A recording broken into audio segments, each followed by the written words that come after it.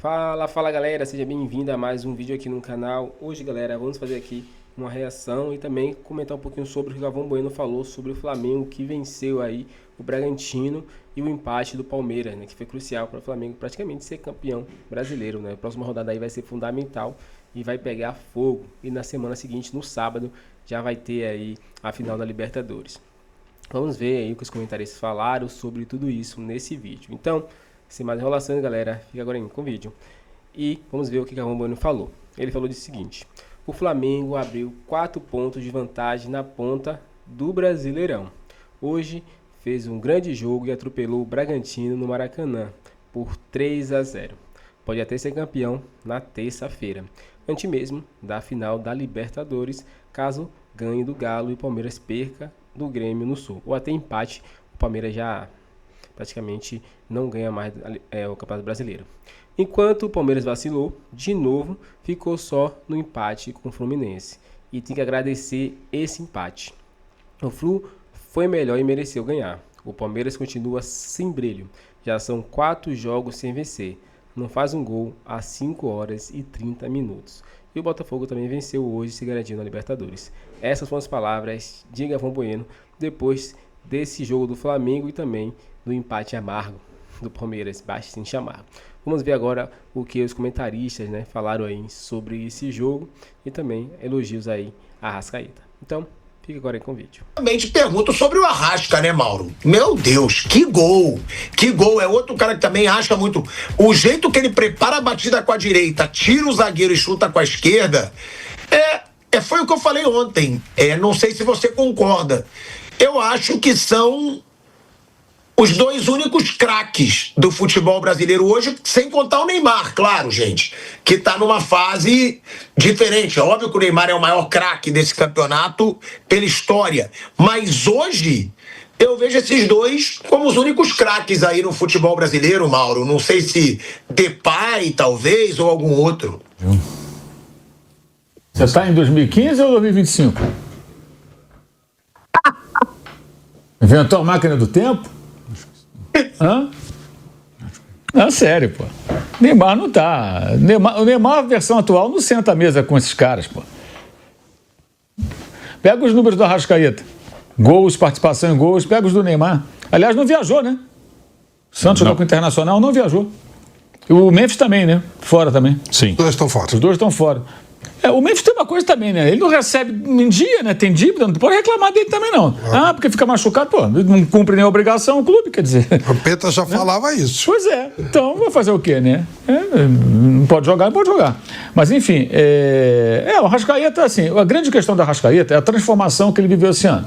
Que eu acho que tem a preparação que o clube fez, né? Ele já vinha jogando como um segundo atacante com o Tite, lá na frente, perto do Pedro. O Felipe manteve isso com algumas diferenças, né? Procurou encontrar uma zona onde ele possa atuar com um pouco mais de conforto. Ele está mais bem preparado, o que não podia, gente. Eu critiquei várias vezes. O Arrascaeta, com todo esse talento, ficar saindo do jogo com 15 minutos, 10 do segundo tempo. Como estava acontecendo, não conseguia jogar uma partida inteira. Saía se arrastando de campo. O que é aquilo, gente? Na época, com 28, 29 anos, pô.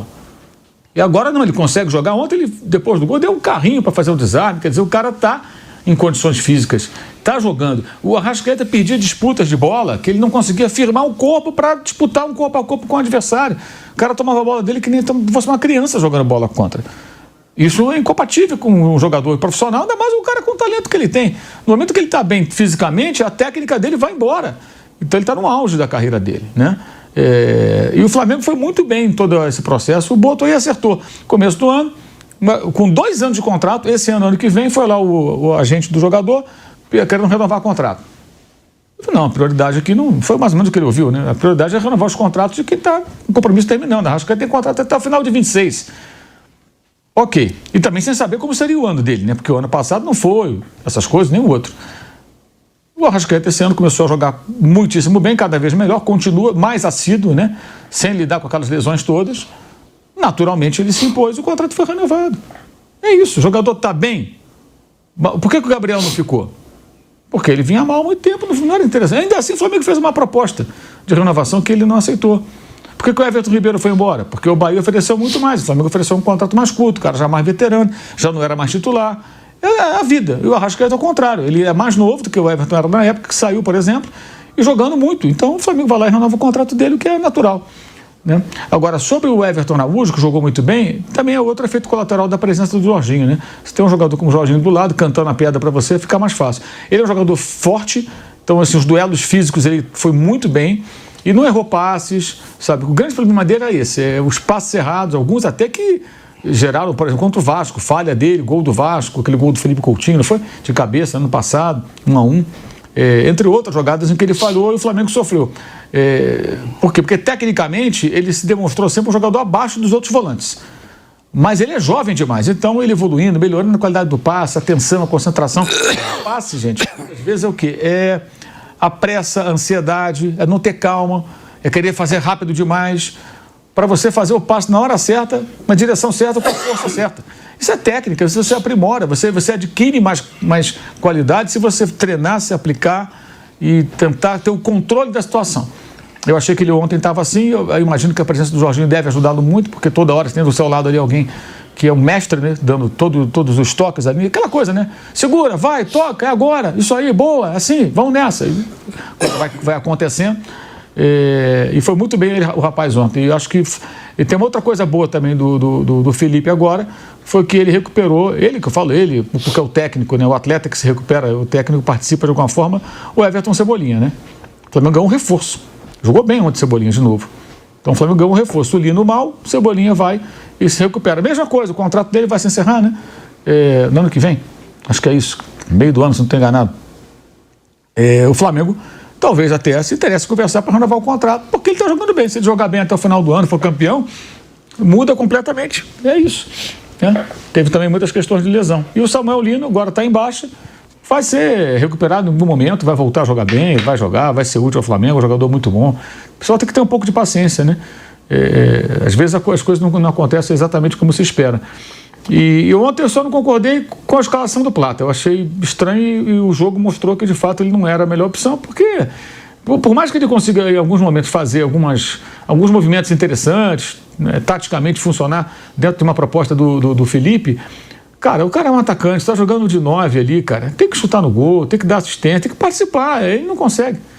Quando ele teve oportunidade para isso, né? Aí é difícil. Aí o Bruno Henrique melhorou muito, pressionou a saída de bola, participou melhor das jogadas, marcou um gol, né? Finalizou muito bem, por sinal, né? Um gol de centroavante, né? Pancada forte no canto.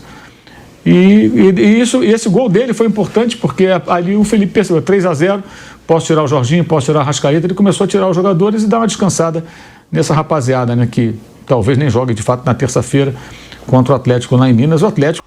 Então é isso, galera. Chegamos mais um fim de vídeo aqui no canal. Vimos aí, né, a imprensa falando sobre esse Flamengo. No começo do vídeo vimos o Galvão Bueno fazendo elogios ao Mengão. Falou que o Flamengo já está com a mão na taça, vamos dizer assim, né? 4 pontos de vantagem, faltando 3 jogos. O Flamengo pega o Atlético Mineiro, depois Ceará em casa e depois o Mirassol fora de casa. O jogo mais difícil que ele seria contra o Mirassol. Mas o Palmeiras tem também 3 jogos fora de casa, que vai ser muito complicado, né? Essa trâmite aí, ficar viajando direto também, isso é cansativo. Então, vai pegar o Grêmio fora de casa, depois o Atlético Mineiro, se não me engano, na última rodada pega o Ceará fora de casa. Então, também 3 jogos complicados fora de casa para o Palmeiras, que quer ainda ser campeão brasileiro, mas eu acho difícil. E no próximo jogo contra o Grêmio, eu acredito que o Palmeiras vai poupar, coloca só alguns jogadores titulares ali para não perder, né? E não chegar lá já desmotivado. Mas eu acredito que eles são focados mesmo na Libertadores, que é a chance direta de eles serem campeão junto com o Flamengo. Então é isso, torcedor. Qual a sua opinião para tudo isso? Você acha que o Flamengo vai ser campeão? Palmeiras? Comenta aqui sua opinião pra gente aqui, que vamos estar aqui acompanhando, comentando com vocês e vendo a opinião de cada um, né? É muito importante para nós. Então já se inscreva no canal, ative o sininho para não perder nenhum vídeo e até o próximo vídeo.